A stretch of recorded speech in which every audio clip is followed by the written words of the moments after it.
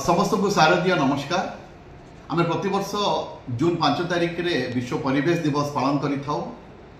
चलित वर्ष जून 5 तारिख रु सेप्टेम्बर 30 तारिख पर्यंत समग्र भारत वर्ष रे एक पेड़ माँ के नाम कार्यक्रम द्वितीय संस्करण बलवत्तर रही। ओडिशा सरकार यही समय अवधि रे सेप्टेम्बर 17 तारिख गोटे दिन में 75 लाख वृक्षरोपण करिवार एक अभिनव परिकल्पना करिसेंती। एही परिप्रेक्षी रे आम भद्रक जिले में आम 3 लाख गछ लगेबार योजना रखीछु एवं यही कार्यक्रमटी को सफल करने आपण मानकर सक्रिय सहयोग नित्यांत दरकार।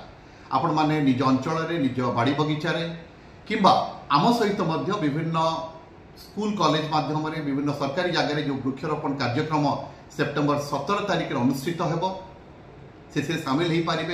एथिरे ब्लॉक प्रशासन, जंगल और परिवेश विभाग, आमर हॉर्टिकल्चर डिपार्टमेंट, आमर स्कूल और गणशिक्षा विभाग एवं एनसीसी इतद व्यतीत फैकर धामरा पोर्ट कॉर्पोरेशन सामिल होती। एथिरे आपण माने सामिल हुंतु एवं केवल सेतिकी नुह आपण माने सेही दिन गोटे दिन रे आपण माने गछटिए लगे माँ को उद्देश्य गछटिए लगे से दिनटी को स्मरणीय करंतु। फोटोटीए उठातु कि सेल्फीटी उठातु एवं से फोटोटी को सेल्फीटी को नहीं आपण मेरी लाइफ पोर्टाल रे मध्य से दिन सेप्टेम्बर 17 तारिख रे अपलोड करी ताकु स्मरणीय करंतु।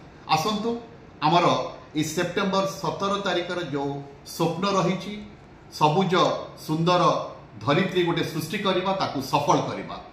वंदे उत्कल जननी।